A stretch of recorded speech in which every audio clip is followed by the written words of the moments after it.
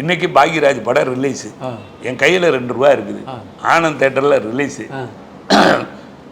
இப்போ நண்பனுடைய படத்தை பார்த்தா பட்டினி கிடக்கணும், படம் பார்த்தோம்னா பட்டினி கிடக்கணும். ஆனால் படத்தை பார்க்காமே இருக்க முடியாது, என்ன பண்ணலாம்? சரி படத்தை பார்த்துருவோம் அப்படின்ட்டு காலையில் மௌன கீதங்கள் படம் பார்க்க போய் உட்காந்து படம் பார்த்தா, சொல்கிறேன் நான் ஓப்பனாக சொல்கிறேன், என்னுடைய வருஷனில் நான் சொல்ல வேண்டியது.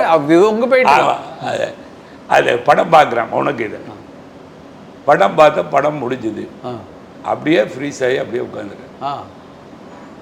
தேட்டர் விட்டு எல்லாம் போயிட்டாங்க. இந்த கூட்டுறவங்க இருக்காங்கல்ல, அப்படியே படம் முடிஞ்சது எந்திரிச்சு போனாங்க.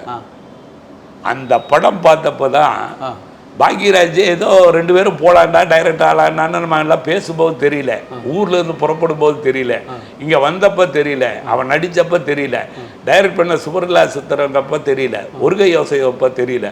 மௌன கீதங்கள் படம் பார்த்துட்டு தான் அப்படியே உட்காந்துட்டு இருந்தவன், நம்ம இல்லைனாலும் நம்ம நண்பன் ஜெயிச்சிட்டான் அப்படின்னு, நம்ம இல்லாமல் கூட ஜெயிக்கிற அளவுக்கு அவனுக்கு கெப்பாசிட்டி வந்துருச்சுன்னு அந்த படம் பார்த்து வெரி குட் பிரமாதம். இனி நம்ம இவனுக்கு நம்ம சொன்னோம், ஒரு டைலாக் சொன்னேன், ஒரு சீன் சொன்னேன் அப்படின்னு சொல்ல வேண்டிய அவசியமே கிடையாது.